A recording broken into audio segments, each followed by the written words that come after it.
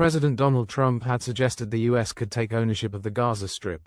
Sir Keir Starmer has rejected Donald Trump's proposal for Gaza by insisting Palestinians must be allowed home. US President Donald Trump had suggested the US could take ownership of the Gaza Strip and permanently relocate its citizens.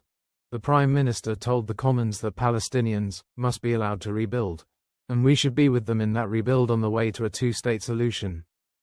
His comments come after the US President suggested they could create the Riviera of the Middle East. Speaking during Prime Minister's questions, Sir Keir said, "I have from the last few weeks two images fixed in my mind. The first is the image of Emily Damari reunited with her mother, which I found extremely moving. The second was the image of thousands of Palestinians walking, literally walking, through the rubble to try to find their homes and their communities in Gaza. They must be allowed home. They must be allowed to rebuild, and we should be with them in that rebuild on the way to a two-state solution."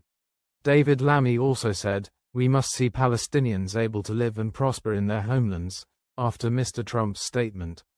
The Foreign Secretary's comments came after the US President suggested he does not think people should be going back to Gaza. Trump said, "You can't live in Gaza right now. I think we need another location. I think it should be a location that's going to make people happy." He also suggested the US could take ownership of the Gaza Strip and turn it into the Riviera of the Middle East, in which the world's people, including Palestinians, could live. "We'll make sure that it's done world-class," Mr. Trump said. "It'll be wonderful for the people, Palestinians mostly, we're talking about," he commented as he held talks with Israeli Prime Minister Benjamin Netanyahu at the White House, where the two leaders discussed the conflict.